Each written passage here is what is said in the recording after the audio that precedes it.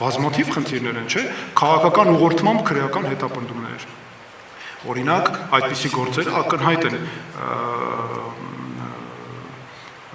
հայոց եկեղեցու երկու սրբազանների նկատմամբ քրեական հետապնդումները, դրանք քաղաքական մոտիվացիայով քրեական հետապնդումներ են եւ նրանք քաղաքական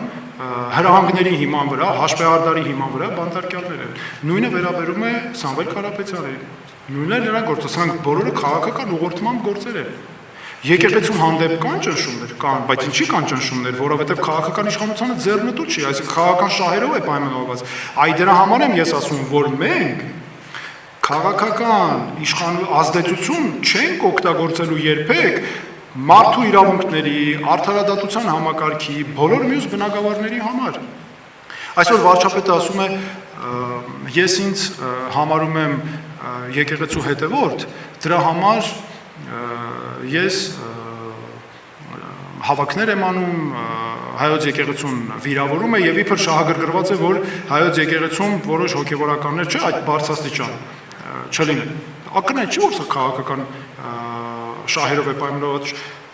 Շատ ներողություն, ում է հետաքրքիր ընդհանրապես վարչապետը առավոտը արթնանում է, այդ ինչ տրամադրությունով է արթնանում։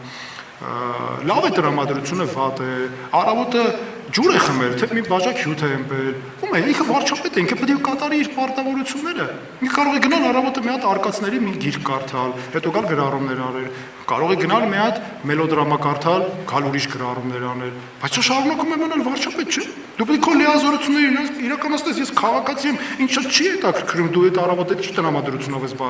արթնացել։ Դու կարող ես առավոտը արթնանաս լրիվ ուրիշ կրոնական ուղղության կողմնակից լինես։ Մեկ էլ երեկոյան հայ արգելական եկեղեցու կողմնակիցը դառնաս։ Բայց դա ինձ հետաքրքրում է։ Վարչապետ ես դարձել, որպեսզի քո լիազորությունները իրականացնես։ Մյուսը, քանի որ նախ շատ շնորհակալություն ես լավ